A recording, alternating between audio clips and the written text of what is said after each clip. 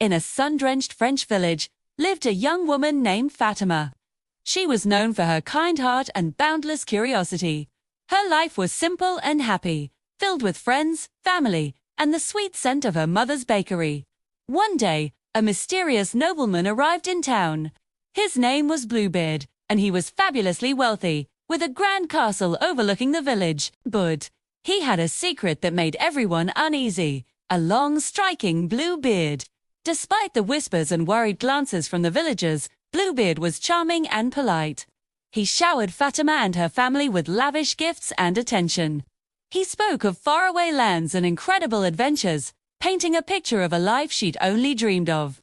Soon, he asked for her hand in marriage. Fatima, dazzled by his charisma and the promise of a grand future, accepted his proposal, ignoring the faint feeling of unease that tugged at her heart. Their wedding was a magnificent affair, and Fatima moved into Bluebeard's spectacular castle.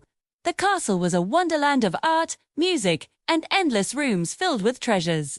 Bluebeard told her she was the mistress of it all. "My dear," he said, handing her a large ring of keys, "every door in this castle is yours to open.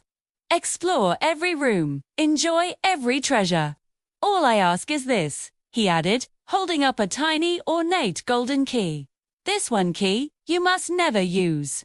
It opens the small door at the very end of the long gallery on the ground floor. Promise me you will not enter that room," Fatima promised, though his strange request puzzled her. Soon after, Bluebeard announced he had to leave on a long journey for business. He bid her farewell, reminding her of her promise. "Enjoy yourself, my love," he said. "Invite your friends and family. Just remember my one rule." And with that, he was gone. For a while, Fatima was content. She invited her sister, Anne, and her friends to the castle, and they marveled at its splendor. They wandered through rooms filled with silks, jewels, and priceless artifacts. But as the days passed, Fatima's curiosity about the forbidden room began to grow. What could possibly be so terrible that he would forbid her from seeing it? The little golden key felt heavy in her pocket, a constant reminder of the one secret the castle held. She tried to distract herself, hosting parties and exploring the gardens, but the thought of the forbidden door consumed her. One afternoon, she found herself standing before it. The long gallery was quiet, and the small, unassuming door seemed to beckon her. Her heart pounded in her chest. What harm could one little peek do? Surely Bluebeard wouldn't need to know. Her hands trembling, Fatima took out the golden key. It slid into the lock with a soft click. She turned it, pushed the door open, and peered inside. At first, she saw nothing, as the room was dark. But as her eyes adjusted to the gloom, a horrifying sight came into view, too. The room was not filled with treasure, but with a grim and terrible secret.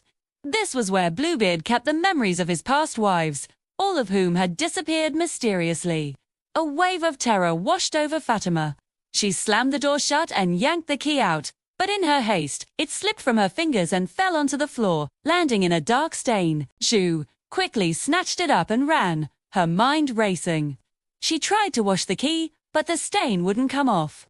It was a magical key, and the stain was a permanent mark of her disobedience. She now understood the terrible truth about her husband. He wasn't a charming nobleman, he was a monster. Just then, she heard the sound of horse hooves.